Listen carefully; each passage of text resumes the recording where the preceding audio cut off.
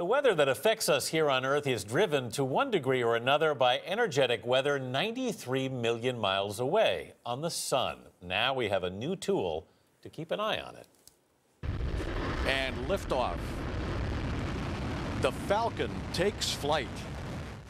This week, a SpaceX Falcon rocket delivered a new space weather satellite into orbit. And here to tell us about it is Jeffrey Kluger, senior science editor at Time magazine. Jeffrey, good morning. Good morning. The key word with this satellite is forecasting. What does it hope to predict exactly? What it hopes to predict is solar storms coming to Earth that are released by the sun. They're released all the time in terms of solar wind, and we can get a light solar breeze. But once in a while, you get a massive solar event called a coronal mass ejection, and you get a tidal wave of charged particles moving toward Earth at anywhere from 1 million miles to 11 million miles an hour. And when they get here, they can create quite a mess. Wow.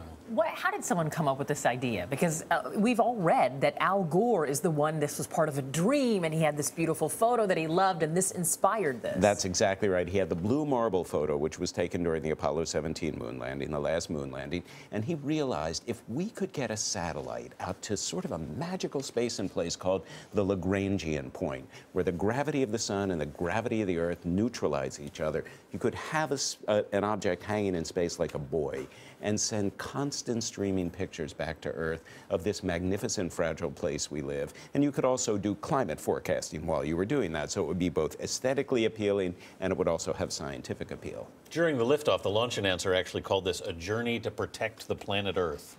Well, that's right, because what this will do, it's become less sort of a place to photograph Earth than it has become kind of a space buoy, a sun sentinel, that will be able to watch for these coronal mass ejections moving toward Earth and give us anywhere from a 15-minute to 1-hour warning. And that's an important time period because when these blasts of energy hit, they can fry communication satellites, they can take GPS systems offline, they can damage air traffic control. There's a lot of dangerous stuff. So this will give us about an hour's notice so that you can put these systems into safe mode, you can delay military operations, you can delay launch. It's basically like a weather warning and say when the storm passes, we'll get the all clear. It certainly seems like SpaceX has just been on a winning streak. They have been on a winning streak. It's pretty extraordinary. They've had a number of successful unmanned launches to the International Space Station. They have a long list of private customers for launching missions. Elon Musk is looking toward manned missions now. He plans to launch manned missions to the International Space Station